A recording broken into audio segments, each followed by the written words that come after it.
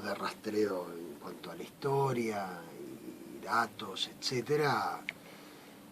Me parece que es una columna fantástica, en tanto lo que hace es, a los que nos interesamos, despertarnos o por lo menos cotejar, como me ha hecho a mí, llevar a revisar algunas cosas que había leído y escuchar otras perspectivas más que interesantes. Es decir, es un diálogo que se genera, un intercambio, intersecciones a partir de lo que ella planteó, y me hizo revisar algunas de las cosas, si bien creo que ella estaba planteando con Antígona, pudimos conversar algo de Medea, algunas cuestiones que tal vez rozaban, si se quiere, el feminismo, en fin.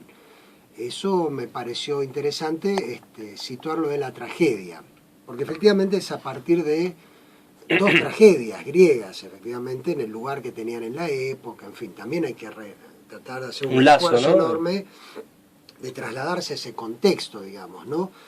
Si bien no solo es el valor y la persistencia de las tragedias griegas como tales, sino lo que podría tener actualidad en esta última, en el siglo anterior, y lo que podría ubicarse de eso hoy, y ver las transfiguraciones, las mutaciones de eso, ¿no? Me parece que lo interesante es una tensión que podría decirse entre el sentimiento trágico de la vida, que hubo, me atrevo a afirmar que lo hubo, y que a pesar de las tragedias modernas y contemporáneas que la hay y a borbotones, no hay el sentimiento trágico de la vida, sino más bien hay, como dice Eric Lorán muy bien, hay el sentimiento delirante de la vida. ¿Cuál sería aquel sentimiento trágico de antes? Bueno, el sentimiento trágico de la vida es un clásico, es Unamuno, es Miguel de Unamuno hablando antes de la guerra o en la época de las guerras, como despertándose de todos los intelectuales que, para resumirlo brevemente, se suponía que el siglo XX venía de la mano del progreso, el avance, la era industrial, el avance del capitalismo, la burguesía, los cada vez más logros, sin fin descubrimientos, por lo tanto la idea de progreso era el Edén prometido, el hombre cada vez iba dejando atrás, digamos, llamémosle su brutalidad, y bueno, el siglo XX demostró todo lo contrario con por lo menos las dos, la Primera Guerra Mundial y la Segunda, con lo cual por un lado se descubre lo que el hombre es capaz respecto al hombre mismo, es decir, todas las barbaridades, los horrores, las atrocidades, podríamos decir las grandes tragedias de las dos guerras, y entre la aparición de la ciencia esa sensación que era que la gente empezaba a estar dormida respecto, por un lado, los llamados welfare states, es decir, los estados de bienestar modernos, contemporáneos, y la perspectiva del tener, es decir, la tecnocracia, lo que llamaba el cientificismo tecnocrático que avanzaba y empezaba a multiplicar objetos de la vida. Y bueno, entonces ciertos intelectuales decían, bueno, despiértense las masas, despiértense la gente, no se adormezcan respecto de esto, la vida tiene para su realización en tanto vida que captar que en el horizonte, el finito, es la finitud precisamente, finito, finitud, la muerte por delante. El existencialismo surge un poco indirectamente de costado a partir de... ¿Como respuesta? Y como respuesta a las atrocidades de la guerra, ¿no? Pero me parece que hay otro costado que yo fui a leer por el lado de lo que sería la esencia de la tragedia, que es otra cosa, ¿no? Me parece que hay que diferenciar lo que podría ubicarse como las tragedias en el plano descriptivo, fenomenológico, las antiguas, las modernas, las actuales, en fin, millones de migrantes africanos diezmados por la hambruna, qué sé yo, que son capaces de cualquier cosa subiéndose a un barco. Mirá de la Bruna lo que hace, ¿no? Hasta allá, sí. No se sabe bien qué hacer y lo que se hace es terminar juntando cadáveres del mar. En fin, y así podríamos traer una u otra enumeración, pero no está ese sentimiento trágico de la vida, ¿no? Entonces es ubicar algo de eso y ubicar más bien la esencia de la tragedia, que esto es otro punto. Me parece que eso es lo que por lo menos a nosotros los psicoanalistas nos interesa más, y Jacques Lacan trajo, siguiendo a Freud, algo de eso de la mano de Aristóteles y las tragedias griegas, ¿no? Sobre todo la de Antígona, Medea, entre otras, ¿no? Y ahí él presenta esta esencia de la que hablas. Rescata esto, porque hay que recordar que Freud, casi todo el gran aparato psíquico freudiano, producto de su experiencia con pacientes, es decir, el puente entre lo que él elabora y conceptualiza de una práctica, es decir, para deslindar al psicoanálisis que inevitablemente hoy también pasa a ser un poco parte del conocimiento de la universidad. El psicoanálisis, si bien tiene un lugar allí, no es eso, forma parte como aquel que quiere conocer, entonces lee, y no hay que perder de vista que el psicoanálisis más bien es una práctica, es decir, lo que de teoría tiene es producto de cómo se elabora lo que se experimenta. Es un nudo, es decir, no está uno sin el otro, no es una elucubración sin experiencia. Entonces Freud lo que hace es elaborar toda una teoría hasta donde lleva, con honestidad y revisando y desmintiéndose a sí mismo, producto de una práctica. Y lo que él ve en una época es Edipo. Dice, me sirve la tragedia para ubicar lo que en mi consultorio la gente a mí me cuenta, la tragedia que implica el padre, la madre, deseos incestuosos por la madre, prohibición, amenaza de castración, bueno, todo lo que él construye y que hoy ha ya trasvasado los límites de los consultorios freudianos del principio del siglo pasado para escucharse hoy casi vulgarmente el Edipo de el Edipo aquel y todo lo que ha producido el cambio en la cultura. Pero no perdamos vista que es sobre la esencia de la tragedia. Es decir, Freud recurre a eso. Y hasta recurre, aunque no es no está en la serie de las tragedias, pero sí retoma la esencia de las tragedias, que es, una de ellas es la del ritual. Esto es aristotélico, ¿no?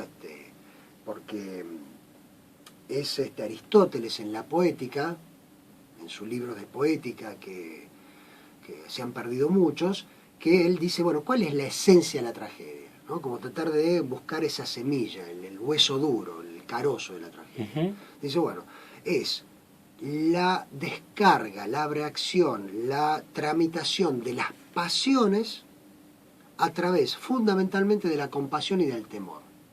A ver, Gastón, ¿cómo a ver, Gastón. Qué linda frase tiene la muchacha. ¿Cómo lo podemos desarrollar? Es así, es eso, es descargar algo de la subjetividad, descargar algo de lo humano, ¿no? Descargar algo que está allí en tensión. Exacto. ¿Sí? Sí. Que esencialmente es la pasión, lo hablamos la vez pasada, las pasiones, eso que no entra en juego o no entra en sintonía respecto de la racionalidad, si bien en la historia dijimos que Spinoza lo ubica de un modo, Aristóteles lo ubica de otro, los estoicos dicen hay que ir contra eso, sacársela de encima. Bien, hay diferentes posiciones, es decir, si hay diferentes posiciones, pues no se sabe muy bien qué hacen las pasiones. Freud mismo tiene una idea de encontrar una racionalidad otra de las pasiones, es decir, la racionalidad inconsciente de las pasiones.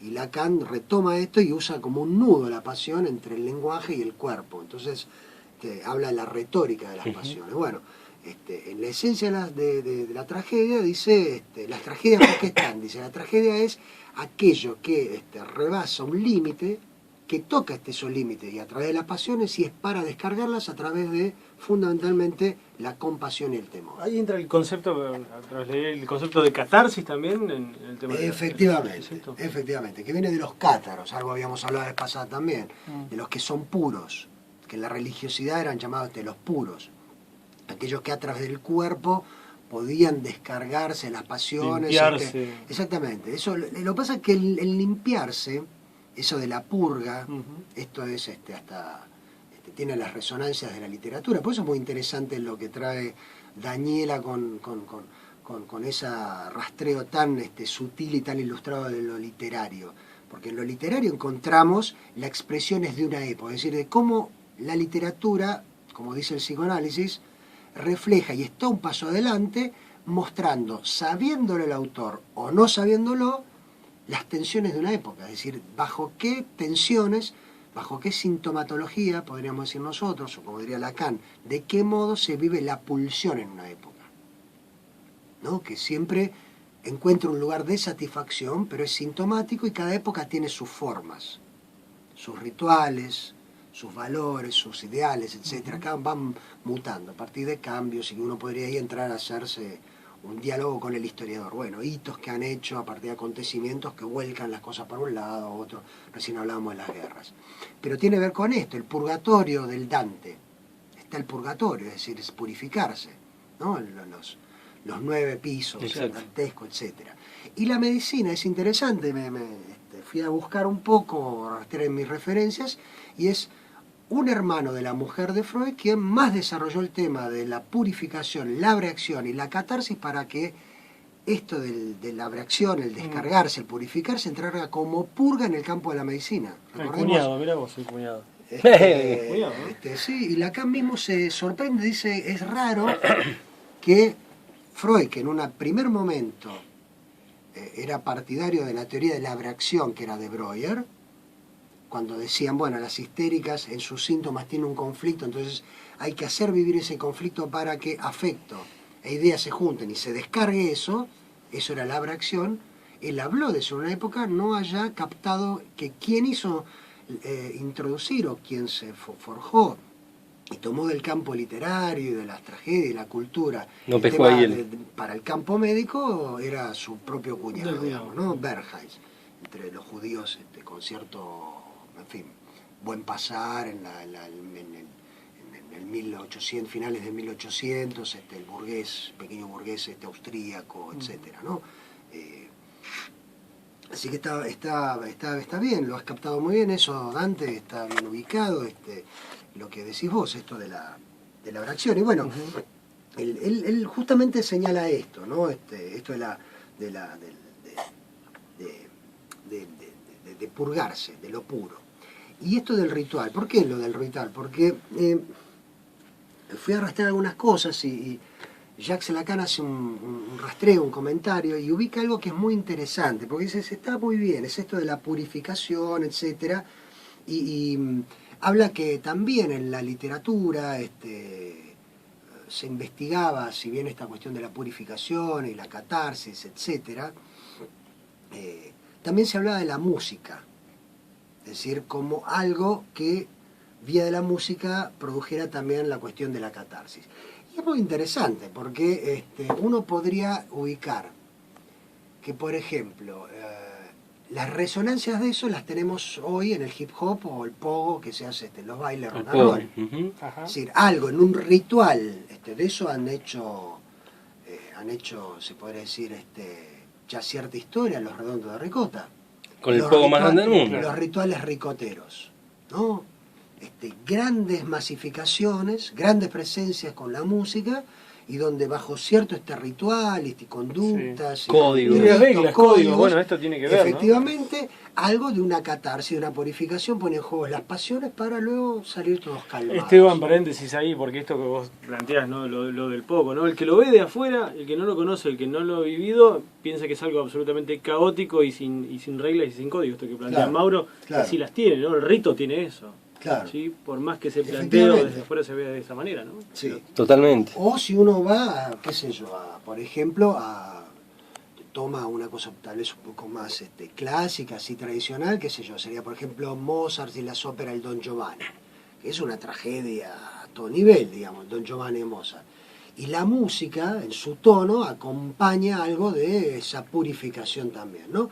Ahora, el detalle está en el punto en que queda en un limbo, en cierto límite, si ese proceso de catarsis, ligado a estos fenómenos, a estos acontecimientos musicales, ritos, ceremonias, traerían más o menos calma. Está en duda. No hay tan claro de que podríamos poner el ejemplo que trae vos, que está muy bien, y uno luego podría decir, en tensión con el discurso de una época de violencia, qué sé yo, se demuestra que está todo muy bien y pacífico, pero también ha habido muestras de lo contrario, como si algo allí, es decir, lo interesante es que a través de esto, de la tragedia, en esas vías, en esta articulación tragedia, esencia, la catarsis, bla, bla, bla, bla, lo que se pone en juego es un más allá. Es decir, un más que está por fuera de lo que son las normas y la regulación.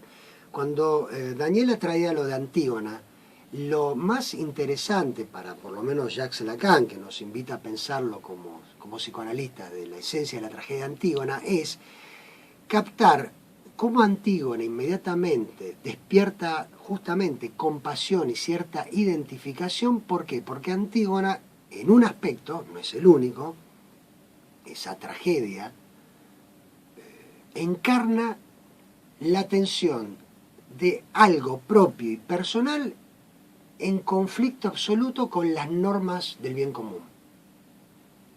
¿No? Totalmente. ¿Se entiende? Sí, Es decir, sí, ¿por sí. qué? Porque todo esto es